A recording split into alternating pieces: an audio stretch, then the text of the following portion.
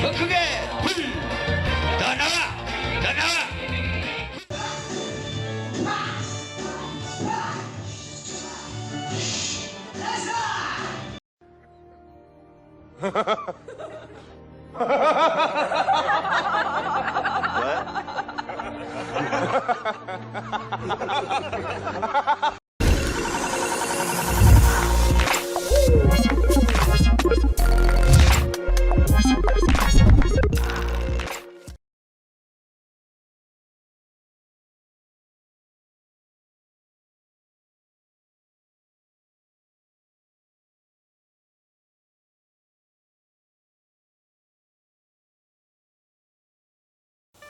안녕하십니까. 사경만발 내부총질입니다. 방금 전 영상 잘 보셨나요? 무슨 병이든 다 고친다는 기도와 사람들을 뒤로 넘기는 장풍, 저희가 여기저기서 많이 본 풍경이죠. 그런 것들을 기독교에서는 보통 은사라고 합니다. 사실 정확히 말해서 은사는 아니긴 한데 아무튼 은사라고 표현을 합니다. 이 은사가 무엇이냐? 바로 하나님께서 주시는 기적 같은 능력이라는 뜻이죠. 사실 은사의 원어는 카리스마로 선물, 축복이라는 뜻입니다. 그러니까 하나님께서 저에게 주시는 선물이라는 뜻이에요.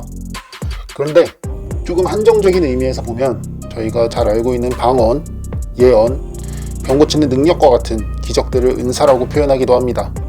그리고 이 은사를 너무 과도하게 집착하는 그런 행태를 바로 은사주의라고 하죠. 오늘은 이 은사주의에 대해서 좀 더 자세히 알아볼까 합니다.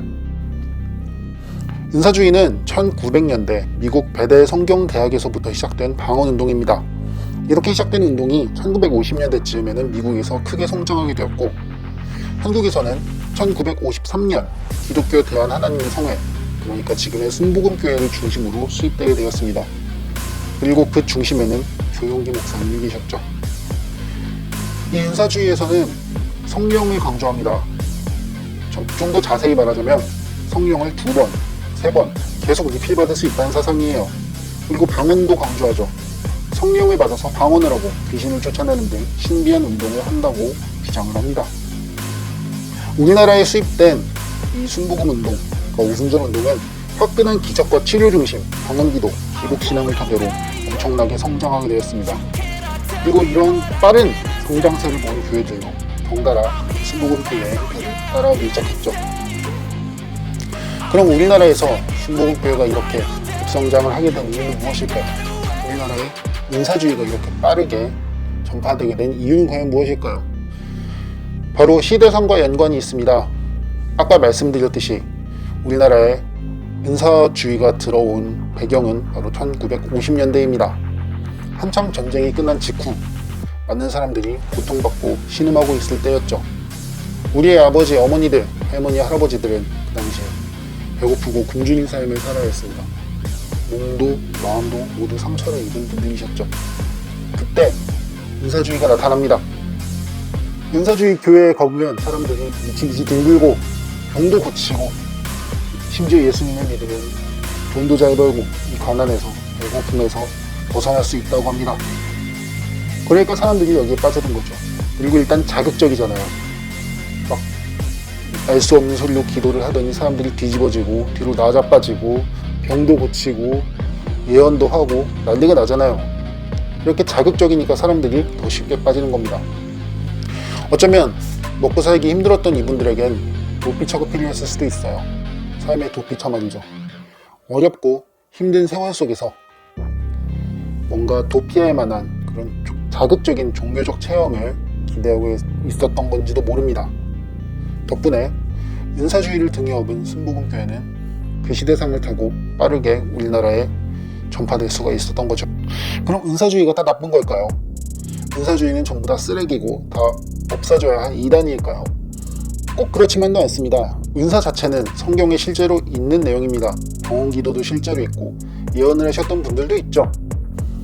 분명히 은사주의는 기독교의 한 갈래 중 하나입니다. 그분들을 단순히 이단이라고 매도할 수는 없어요. 하지만 위험한 건 마찬가지입니다. 뭐든 과도하면 독이 된다고 했죠. 물도 많이 마시면 죽어요. 물 물중독으로 죽습니다. 우리가 반드시 마셔야 할 물도 이럴진데 은사주의도 너무 과도하면 심각한 독이 됩니다. 은사주의가 문제가 되는 이유는 총 3가지를 들 수 있습니다.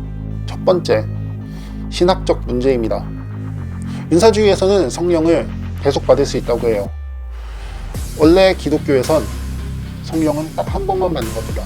삼위일체 하나님이라고 하죠. 하나님, 예수님, 성령님, 이 모든 분들이 다 인격적인 분들이세요. 한 분 한 분이 전부 다 저희와 같은 인격적인 존재라고요. 그런데 인격적인 존재를 계속 리필 받을 수 있다는 겁니다. 예를 들어서 얼마 전에 기도회에 갔다 왔는데 은사가 너무너무 개쩔었어. 진짜 방귀 미친듯이 하고 막 예언도 하고 난리가 났어 아주 그냥. 그래서 막 성령이 진짜 삘이 충만해서 영빨이 죽입니다. 그런데 한 몇 달 지나니까 영빨이 떨어져요. 영빨 너무 떨어져가지고 막 예언도 못하고 방언기도 잘 안 나오고. 그러면 다시 기도원으로 가요. 기도원에 가면 목사님들이 일단 아까 전에 영상에서 보셨던 것처럼 불 이러고 계세요. 이 불을 또 받으면 또 영빨이 충만해집니다. 그곳에서 또 미친듯이 방언기도를 하고 막 예언도 하고 막 뭔가 고향감이 들어요. 그리고 집에 와서 또 자신이 성령 충만했다고 느끼면서 하루하루를 살아갑니다. 몇 달 지나면 또 영빨이 떨어지겠죠. 한마디로 성령님의 인격적인 존재가 아니라 나중에는 하나의 에너지, 하나의 힘 정도로 취급하게 되는 겁니다. 이 성령이 충전됐다, 빠졌다, 충전됐다, 빠졌다 하는 거죠. 또 하나의 신학적인 문제는 바로 이 은사주의에서는 성경에 나오지 않는 은사들도 많이 등장을 하는 겁니다. 예를 들어서 아까 보셨듯이 사람이 뒤로 넘어가는 장면, 이런 것들은 성경에 나오지 않습니다. 아니 어디 베드로나 요한이, 바울이 기도를 했더니 바람이 불어 사람이 뒤로 넘어 나자빠졌다더라, 이런 구절은 없죠. 또 영서라는 것도 등장합니다. 영빨을 죽이게 받아서 이렇게 막 글을 막 쓰는데 그게 성령이 감동해서 쓴 글이래요. 아니 성령이 감동해서 쓴 글이면 그게 성경에 등록이 돼야지, 성경에 올라가야지. 왜 자기만 복원하고 있을까요? 이렇게 성경의 권위를 무시하면서까지 자신들의 은사를 강조하는 행태가 조금씩 도를 넘고 있는 겁니다. 두 번째, 종교적인 문제입니다. 일단 은사주의는 개쩔어요. 그냥 딱 보기만 하면 진짜 개쩔어요. 자극적이고 뭔가 스펙타클하죠. 사람들이 막 뒤로 넘어가고 목사님은 소리를 지르고 고래고래 막 난리가 납니다. 거기다가 음악도 엄청 비트가 땅땅땅땅 하는 그런 찬송가들을 빡 틀어주면서 사람들이 막 소리를 지르고 방언기도를 하고 알 수 없는 소리들이 막 여기저기서 들려와요. 그거를 어디서는 엑스터시라고 하던데, 아무튼 이렇게 자극적인 종교적 체험에 의존을 하다 보니까 분별을 하지 못합니다. 목사님이 방단에서 무슨 설교를 하시든지 별로 상관은 없어요.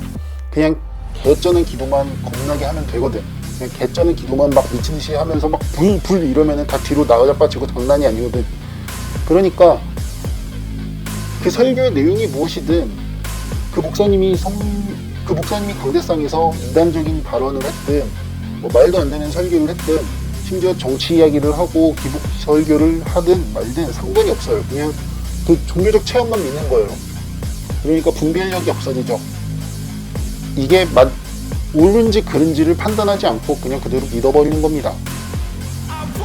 그곳에서부터 이단이 시작되죠. 사이베르 그곳에서부터 시작되는 거고요. 세 번째 문제는 바로 사회적 문제입니다. 이게 외부에서 보기엔 가장 심각한 문제일 수 있는데, 이 은사주의가 도를 넘어가면 사회적 무리까지 일으키곤 합니다. 예를 들어서 어떤 기도원에서는 사람의 몸에 소금물을 넣어서 치료를 한다는 그런 엽기적인 행태를 보여주기도 했고요. 그것도 신앙치료의 일종이겠죠. 목사님께서 성령의 영감을 받아서 자기가 뭔가 이거를 통해서 치유를 할 수 있을 줄 알고 몸에 소금물을 집어넣은 거겠죠. 과학적인 지식이 조금이라도 있는 분은 아시겠지만 그러면은 사람의 몸에 엄청나게 큰 데미지가 옵니다. 삼투압 현상 때문이죠. 또 안차의 기도라는 모습도 있습니다. 안차의 기도란 말 그대로 안수기도에서 한 발 더 나아간 버전이에요. 안수기도는 쉽게 말해 사람에게 손을 얹고 기도를 하는 겁니다.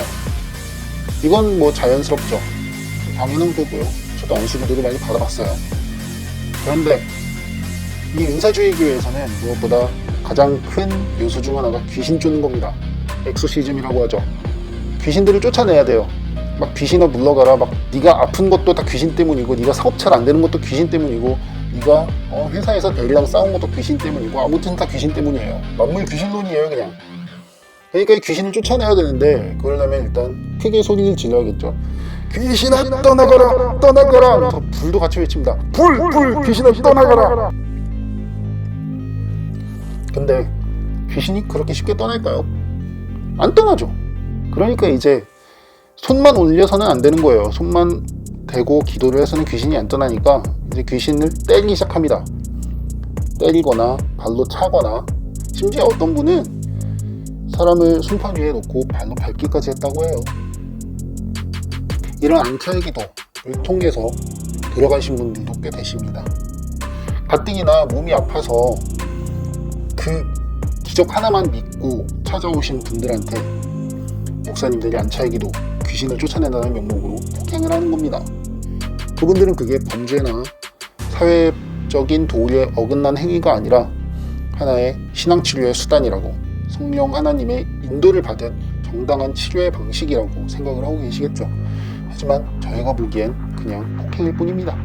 은사주의는 다 나쁜 것일까요? 은사주의는 전부 다 쓰레기인 걸까요? 아까 말씀드렸겠지만 은사주의가 전부 다 나쁜 건 아닙니다. 저는 순복음교회에서 존경하는 목사님들도 꽤 많이 있어요. 그분들의 영성을 존경하고 그분들의 신앙을 정말 존경합니다. 하지만 도가 지나치면 독이 된다는 것도 사실입니다. 아까 말씀드렸겠지만 물도 너무 많이 마시면 사람이 죽어요. 하나님께서 주신 귀한 은사도 너무 과도하게 집중하고 거기에만 매몰되면 그건 한국교회의 독이 됩니다. 결국 지금 필요한 건 알잘딱깔센이라고 생각합니다. 알아서 잘 딱 깔끔하게 센스있게. 이 선을 넘으면 안 되죠. 이 선을 넘어서 말도 안 되는 인사로 사람들을 폭행하거나 성경에 없는 인사를 쓰고 영사를 쓴다거나 하는 이상한 행태는 이제 그만둬야 될 것 같습니다. 사실 기독교 밖에서 기독교를 볼 때 떠오르는 이미지는 몇 개 없어요. 근데 그 몇 개 없는 것조차도 좀 이상해요. 엽기적이에요. 막 아까 본 영상처럼 사람들이 뒤로 넘어간다던가 막 소리를 지른다던가 그런 이미지예요. 아, 하나 더 있구나. 그 야로나. 이제 그런 이미지를 타협할 때도 되지 않았나 싶습니다. 목사님들이, 저희 선배님들이 알잘딱깔센을 잘 하셔서 선을 넘지 않고 정상적인 방법으로 복음을 전하고 하나님의 말씀을 전하면 기독교가 조금은 더 나아지지 않을까 그렇게 생각합니다. 지금까지 내부총질이었습니다. 시청해주셔서 감사합니다.